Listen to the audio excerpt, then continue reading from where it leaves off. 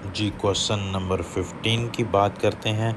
अच्छा, इस क्वेश्चन में जैसे कि डायग्राम में देखने पर आइडिया हो रहा है कि एक बॉक्स है जो हमारे पास एक सरफेस पर दिखाया गया है, ठीक है। क्या गया है, a box in the shape of a cube falls from ship into the सी।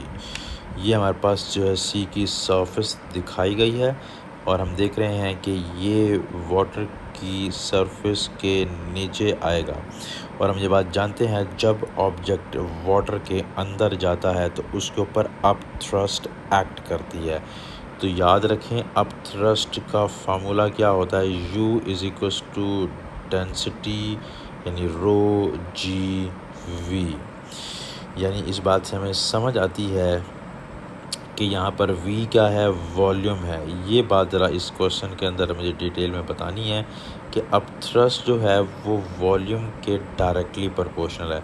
अब ये समझना है ये वॉल्यूम कौन सा है, यानी ये हमारे पास वॉल्यूम है, volume of displaced water, of displaced water. देखो मेरी बात सुनो। अब अगर ये बॉक्स वाटर की सरफेस पर है तो इसका मतलब है कि इसने वाटर को अभी नहीं हटाया अपनी जगह से। मतलब ये बॉक्स जब पानी के अंदर जाएगा, जहाँ भी होगा वहाँ पहले कोई अगर वाटर ज़ाहिर है मौजूद होगा। अगर ये बॉक्स नीचे आएगा तो इधर जो भी वाटर होगा उसको अपनी जगह से हटा देगा। उस वाटर का फिर क्या होगा, वॉल्यूम होगा, ठीक है। ये वो वाला वॉल्यूम है। अब इसका मतलब है कि आप ख़ुद देखें, अगर थोड़ा सा पोर्शन बॉक्स का वाटर के अंदर है, इसका मतलब है उसने थोड़े से पानी को अपनी जगह से हटाया है। थोड़ा मज़ीद और अंदर आ जाए, सपोज़ करें हाफ़ अंदर चला जाए, इसका मतलब है जितने बॉक्स का वॉल्यूम अंदर होगा उतने वाटर का वॉल्यूम अपनी जगह से हटा होगा। इसका मतलब है अगर वो बॉक्स पूरा पानी के अंदर चला जाए तो इसका मतलब है उस पूरे बॉक्स के वॉल्यूम के बराबर वाटर अपनी जगह से हट गया।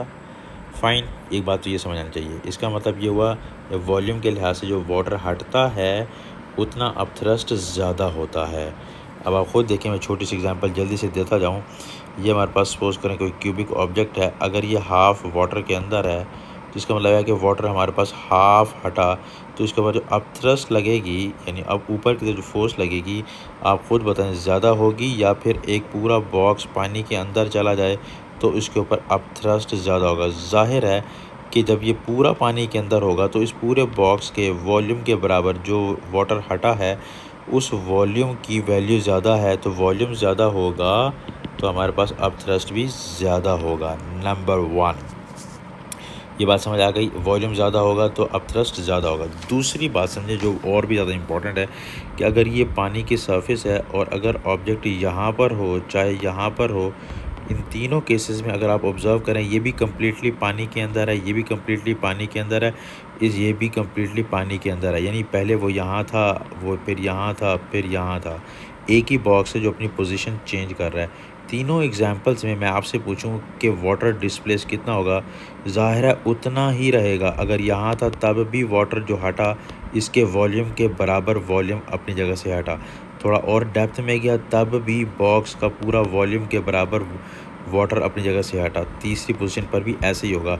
इसका मतलब ये है कि अगर कोई ऑब्जेक्ट पानी के अंदर कम्प्लीटली चला जाए और जितनी मर्जी डेप्थ पर चला जाए, हर डेप्थ पर कितना वॉल्यूम वाटर का हटेगा आगे से, जितना बॉक्स का वॉल्यूम होगा। इसका मतलब है कि इन तीनों केसेस में डिस्प्लेस्ड वाटर के वॉल्यूम की वैल्यू सेम होगी। वॉल्यूम सेम होगा तो अप थ्रस्ट सेम होगा। जब वो पानी के अंदर जा रहा होता है, थोड़ा थोड़ा करके अंदर जा रहा होता है, तो डिस्प्लेस्ड वाटर भी बढ़ता जाता है। इसका मतलब जब वो पानी के अंदर जा रहा होता है तब वॉल्यूम बढ़ रहा होता है, यानी जो पानी के अंदर जा रहा है उसका वॉल्यूम बढ़ रहा है तो डिस्प्लेस्ड वाटर बढ़ रहा है। कम्प्लीटली जब चला जाएगा उसके बाद जितना मर्जी नीचे चला जाए उसका अप थ्रस्ट सेम रहेगा, क्योंकि वॉल्यूम डिस्प्लेस वाटर का वॉल्यूम सेम रहेगा। यही कुछ इस क्वेश्चन के अंदर है, ठीक है। अब हम देखें क्या कहता है, the box begins to sink, यानी पानी के अंदर जाना शुरू कर रहा है। इसका मतलब पानी के अंदर जाता जा रहा है, अभी पूरा अंदर नहीं गया, ये अंदर वाटर के अंदर जाता जा रहा है, जाता जा रहा है। इसका मतलब है वाटर जो डिस्प्लेस होगा अपनी जगह से हटेगा और बॉक्स आएगा। तो उसका वॉल्यूम भी बढ़ता जा रहा है। इसका मतलब है उसका वॉल्यूम, इसका मतलब कि डेप्थ बढ़ती जा रही है, अब थ्रस्ट भी बढ़ता जा रहा है क्योंकि वॉल्यूम बढ़ता जा रहा है। जब वो कम्प्लीटली पानी के अंदर चला गया, वो कहता है कि becomes totally submerged and then sinks deeper into the sea, और मज़ीद नीचे जाता जाए जितना मर्जी नहीं जाए। एक मतलब कम्प्लीटली अंदर चला गया, फिर जहाँ मर्जी जाता जाए, क्योंकि वॉल्यूम तो अब फिक्स रहेगा, वॉल्यूम फिक्स रहेगा, अब थ्रस्ट भी फिक्स रह जाएगा। यानी इसका मतलब है कि इस पॉइंट से लेकर इस पॉइंट तक वो बॉक्स पानी के अंदर जा रहा था। इस पॉइंट पर बॉक्स पूरा पानी के अंदर जा चुका है, उसके बाद मज़ीद पानी के अंदर जाता रहेगा, तो क्योंकि उसका वॉल्यूम फिक्स रहेगा तो अब थ्रस्ट भी फिक्स रहेगा। इसीलिए सिंपली हमारे पास इसका ऑप्शन क्या बन जाएगा, सी इज़ द करेक्ट ऑप्शन। ए में देखें वो कहता है डेप्थ बढ़ती जा रही है, अब थ्रस्ट बढ़ता जाएगा। नहीं, ऐसा नहीं होगा। पहले जो है वो डेप्थ, जैसे मैंने आपको यहाँ पर एक्सप्लेन किया है कि एक स्टेज पर जाकर अब थ्रस्ट कांस्टेंट हो जाएगी, यानी इस पॉइंट से लेकर इस पॉइंट तक अब वो कम्प्लीटली पानी के अंदर था। तो ये ऐसा नहीं हो सकता डेप्थ बढ़ती जाए और शुरू से ही अब थ्रस्ट एक जैसा नहीं।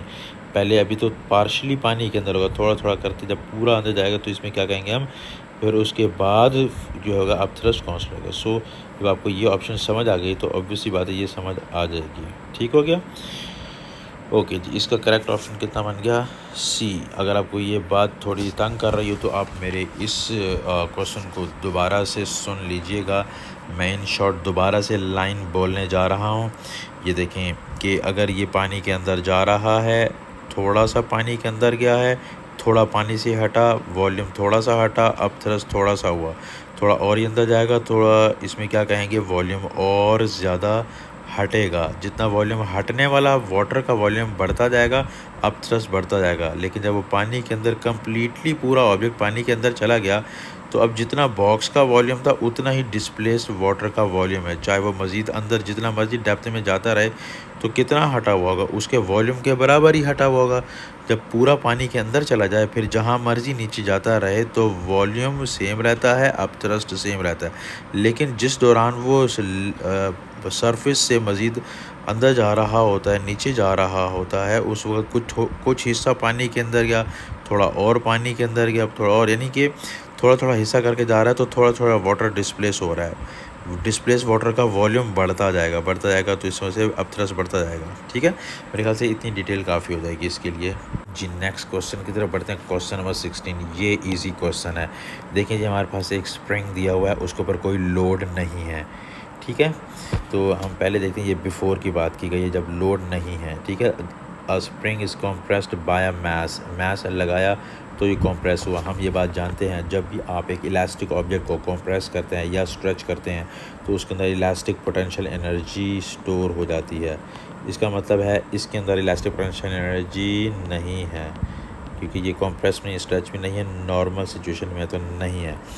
अब इसने क्या किया, मैस ने जब इसको कॉम्प्रेस किया, इसका मतलब है इसकी इलास्टिक पोटेंशियल एनर्जी क्या हो गई, बढ़ गई।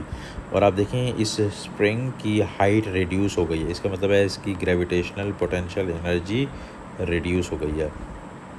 मैस के रखने पर इलास्टिक पोटेंशियल एनर्जी बढ़ी, क्योंकि कॉम्प्रेस हुआ है तो इलास्टिक पोटेंशियल एनर्जी बढ़ेगी। हाइट रिड्यूस हुई है तो ग्रेविटेशनल पोटेंशियल एनर्जी डिक्रीज़ हुई है। बस आपके लिए अब आसान हो गया। वो कहता है which statement describes the change to the energy of the spring. Spring के बारे में बताना है हमने, when it is compressed by the mass.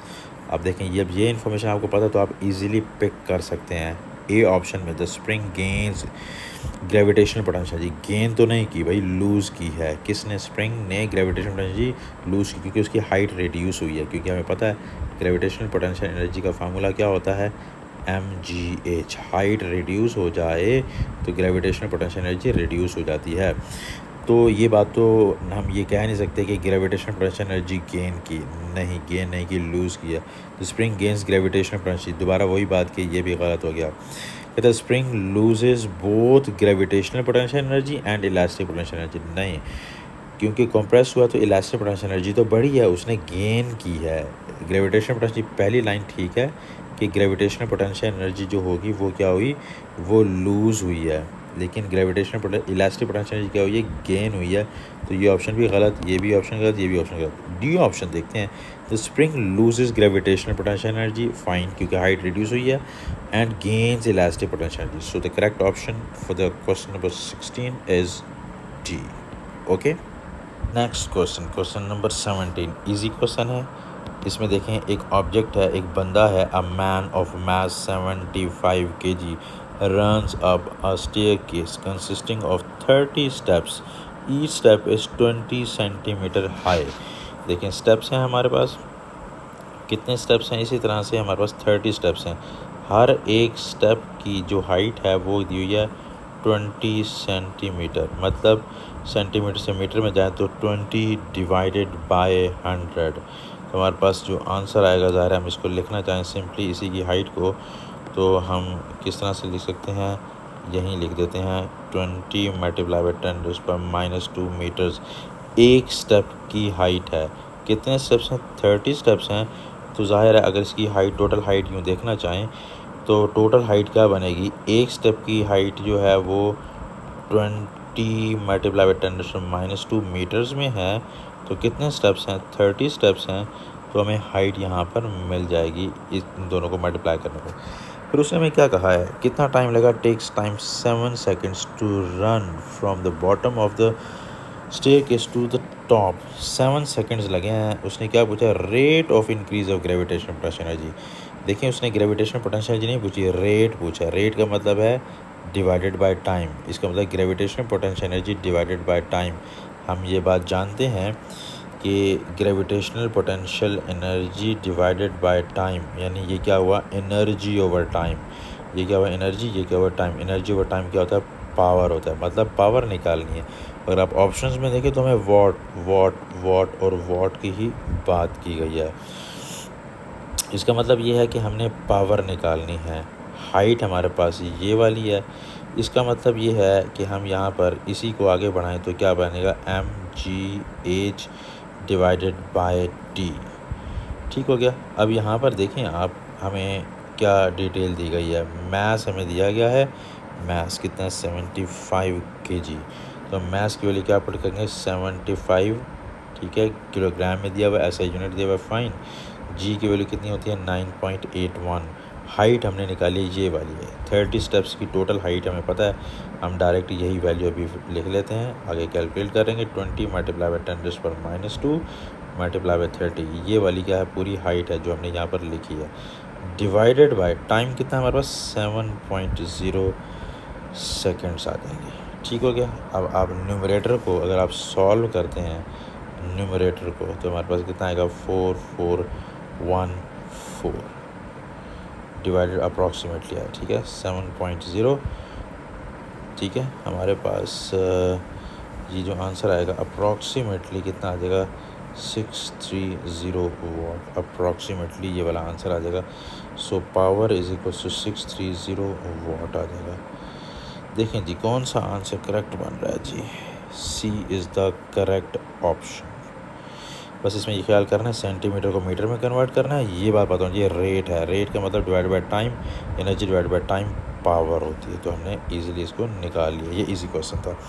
अब आगे चलते हैं क्वेश्चन नंबर 18 की तरफ। देखें अगर आप, तो हमें ये भी इजी है, लेकिन इसमें एक बात का ख़ास ख्याल रखना है। वो क्या है वो देखते हैं जी। उसने हमें जब क्या दिया गया, काइनेटिक एनर्जी की इंफॉर्मेशन दी है। अगर आप डेटा को पढ़ें तो उसने क्या कहा, अल्फ़ा पार्टिकल, याद रखें AS में जब भी अल्फ़ा पार्टिकल की बात आए तो अपने आप को अलर्ट देना है। मैं यहाँ थोड़ी सी डिटेल बताता जाऊँ। अल्फ़ा पार्टिकल का मतलब होता है हीलियम का न्यूक्लियस, और हीलियम के न्यूक्लियस का मतलब क्या होता है, इसके बारे में दो चीज़ें पता होनी चाहिए। एक होता है इसके चार्ज की बात, एक होती है इसके मास की बात। तो याद रखें अल्फ़ा पार्टिकल की जब बात आए तो इसका जो चार्ज होता है, क्योंकि इसके अंदर 2 प्रोटॉन्स होते हैं, तो 2 प्रोटॉन्स का चार्ज होता है वो 2e होता है और प्लस में होता है। इसी की जब हम मास की बात करें तो मास के लिए इसका न्यूक्लियन नंबर इस्तेमाल करते हैं, तो वो क्या हो जाएगा 4u। इन दोनों बातों का ख़ास ख्याल रखना है। चार्ज हो तो 2e, ठीक है, और e की वैल्यू भी और u की वैल्यू भी ये आपको गिवन होती है, ठीक है, पेपर के शुरू में जो दिए हुए होते हैं इन्फॉर्मेशन दी हुई होती है, ठीक है। अच्छा, ये इन्फॉर्मेशन जनरल इन्फॉर्मेशन दी है, हर वक्त आपके माइंड में होनी चाहिए। और यू की वैल्यू आपको दी होगी। यू का मतलब है कि एक न्यूक्लियन का मास, क्योंकि हीलियम के न्यूक्लियस के अंदर 4 न्यूक्लियॉन्स होते हैं, इसीलिए 4U लिखा, यानी 4 न्यूक्लियॉन्स का मास होता है। ये हमारे पास क्या है, मास है। ये हमारे पास क्या है, चार्ज है। यानी अल्फ़ा पार्टिकल की बात है या हीलियम न्यूक्लियस की बात है तो चार्ज के लिए 2E लगाते हैं, और अल्फ़ा पार्टिकल या हीलियम न्यूक्लियस की बात आए तो मास के लिए 4U यूज़ करते हैं। U की वैल्यू भी गिवन होती है, E की वैल्यू भी गिवन होती है। ये जनरल इन्फॉर्मेशन लाजमी याद रखें। और इसमें हमें हिंट मिल रहा है भाई, काइनेटिक एनर्जी दी गई है और उस काइनेटिक एनर्जी की वैल्यू भी हमें मेंशन की गई है। स्पीड आपने निकालनी है। ओ लेवल्स में भी आपने ऐसा किया हुआ है कि आपको काइनेटिक एनर्जी दी गई हो और आप वहाँ से स्पीड निकाल सकते हैं, लेकिन उसमें ओ लेवल्स में और एएस में क्वेश्चन में फ़र्क अल्फ़ा पार्टिकल के लिहाज से। अभी देखते हैं कि क्या हमें यहाँ पर ध्यान रखना होगा। जी, हमें ये बात तो समझ आती है, हमें फार्मूला कौन सा यूज़ करना है। हमें फार्मूला यूज़ करना है जी काइनेटिक एनर्जी का, क्योंकि उसी के अंदर स्पीड है। हम क्या कहेंगे, ध्यान से क्वेश्चन समझिएगा। काइनेटिक एनर्जी क्या हुई, हाफ mv²। काइनेटिक एनर्जी की वैल्यू हमें दी गई है, वो कितनी है, 2.2 मल्टीप्लाई बाय 10⁻⁻13 जूल। ये लेफ्ट हैंड साइड हो गई। राइट हैंड साइड पर ध्यान से सुनिएगा, हाफ। अब मास की वैल्यू कितनी पुट करनी है, मास, क्योंकि अल्फ़ा पार्टिकल है उसका मास क्या लेना है आपने, 4U लेना है। और मैं आपको बता दूं 4U में जो U होगा, जो आपको गिवन दिया गया होगा, मैं उसकी वैल्यू यहाँ लिख देता हूँ, वहाँ आपको याद करने की ज़रूरत नहीं है। जैसे मैंने पहले बताया आपको दी हुई होगी, U की वैल्यू होती है 1.66 मल्टीप्लाई बाय 10⁻⁻27 kg में होता है ये एक U यानी एक न्यूक्लियन। U का मतलब एक न्यूक्लियन का मास। 4 न्यूक्लियंस हैं, क्योंकि हीलियम में देखें 4 न्यूक्लियंस हैं, तो मल्टीप्लाई बाय 4 भी करना पड़ेगा। अब वापस आते हैं, काइनेटिक एनर्जी लिखा, हाफ लिखा। अब मास के ऊपर क्या पुट करेंगे, 4U। ये देखें कि मास के ऊपर 4U पुट कर दिए, ये रहा 4, और U की जगह इसकी वैल्यू ये वाली पुट कर देते हैं, 1.66 मल्टीप्लाई बाय 10⁻⁻27 मल्टीप्लाई बाय ये रहा V का स्क्वायर रहा। बस अब आपने क्या करना है, इसको सिंपली सॉल्व करना है। क्या करेंगे, इस सिंप्लीफाई करें तो हमारे पास V² का वैल्यू आ जाएगी। मतलब ये क्या करें आप, 2.2 मल्टीप्लाई बाय 10⁻⁻13 मल्टीप्लाई बाय 2 करें डिनोमिनेटर में, उधर जाके न्यूमरेटर में, divided by 4 multiply by 1.66 multiply by 10⁻⁻27 is equal to V का स्क्वायर आया। नेक्स्ट स्टेप में V² का आंसर, जब इसको आप सॉल्व कर लेंगे इस पूरी चीज़ को, तो आपके पास आंसर आएगा 6.63 मल्टीप्लाई बाय 10⁻13 आ जाएगा। हमें V निकालना, तो स्क्वायर रूट ले लें दोनों साइड पर, तो हमारे पास V का आंसर आ जाएगा 8.14 मल्टीप्लाई बाय 10⁻6 मीटर पर सेकंड आ जाएगा। तो हम देखते हैं यहाँ पर जो ऑप्शन बन रही है वो बन रही है C ऑप्शन बन रही है, 8.114 है और 10⁻6 है, तो ये हमारे पास ऑप्शन करेक्ट ऑप्शन बन गया, जिसका C is the correct option. बस इसमें ध्यान रखना है 4U का। इसी तरह चार्ज की बात भी कहीं की जाए तो 2E लिखना है। E की वैल्यू वैसे आपको दी हुई होगी, मैं यहाँ लिख देता हूँ, 1.6 मल्टीप्लाई बाय 10⁻⁻19 कूलम होती है, आपको याद करने की ज़रूरत नहीं है।